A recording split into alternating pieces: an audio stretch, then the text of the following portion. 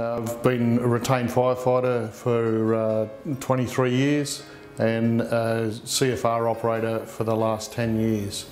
We're one of the first CFR units to go online. CFR makes up about a 45% component of our call-outs. The ambulance service response time to Bundeena from Caringbah, where their ambulance station was, or Engadine, was approximately about half an hour.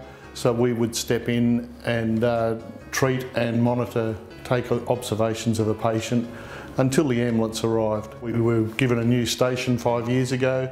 We were cohabitated with ambulance service and work alongside those guys from the ambulance service.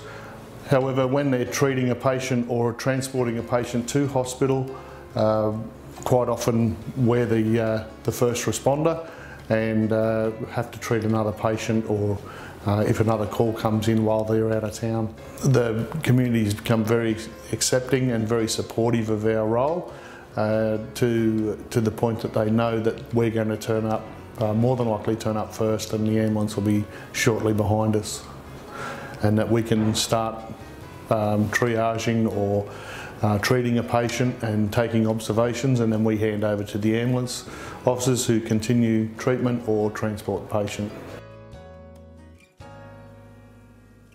The training that we're getting is second to none. The ambulance SO, the duty operations manager for the ambulance service, they attend our training, they assist our training. If we have any questions, they're right next door. We can go and ask them. So they're very supportive. The training we receive a monthly training session with an also online component with that, which takes up to an hour to do the online component. Very supportive and very good quality training. There's also the on-the-job training. So if we are first on scene and we've started treating the patient, the ambulance service will turn up and they'll ask for their observations that we've taken of the patient, and they'll get us to continue treatment until they have to do their interventions with drugs or move the patient. The ambulance officers that come out to transport or take over treatment of the patient, they understand our levels of training and our limitations that we do have with drugs and other interventions, so that they know exactly what we can do, and they see that we've done everything and done everything right, which goes back to the good level of training that we get.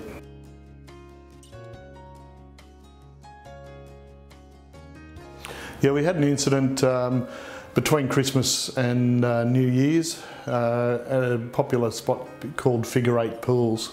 A lot of tourists go down there. It's been publicised on social media. They've gone down at the wrong time of the tide and weather, and there was a big swell, a large wave hit, and at least 50 people were injured. 2 people were flown out by helicopter. There was the other 50 odd people had walked up, were walking wounded. We were at the top of the hill and started treating patients as they were coming out, and more people were presenting themselves as patients with gravel rash, minor injuries, lacerations. We treated those. The ambulance turned up, so we went into a triaging role where the only minor scratches we'd send off to a fire rescue crew to deal with, and anything more serious we'd send over to the ambulance for them to treat, assess and see whether they needed to be transported. So all in all, we treated about 50 people. The ambulance, I think, treated 12 people with more serious cuts and abrasions and minor head injuries as a result of being washed off the rocks. There was 4 CFR crew members, 1 on the radio, 3 treating, and the one on the radio was taking notes of each patient as well, so everybody was working flat out. The incident went for probably an hour and a half to 2 hours for people to walk up from Figure 8 Pools.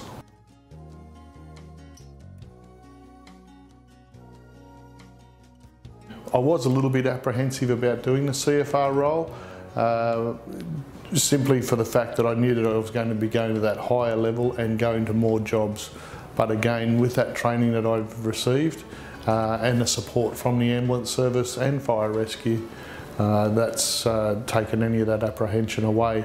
And of course the first few jobs you are a bit apprehensive, but you know that when the ambulance crews turn up, you can talk any issues out with them. I'm from a small community. The station's in a community of 2,500 people. You walk down the street and people come up to you and thank you for working on their mother, father or relative or friend. You see that person or you see that family down the street and they know that they can rely on the local fire rescue station to be able to respond, because they know we're in town, they know that we're 6 minutes away, they know that we're going to be there.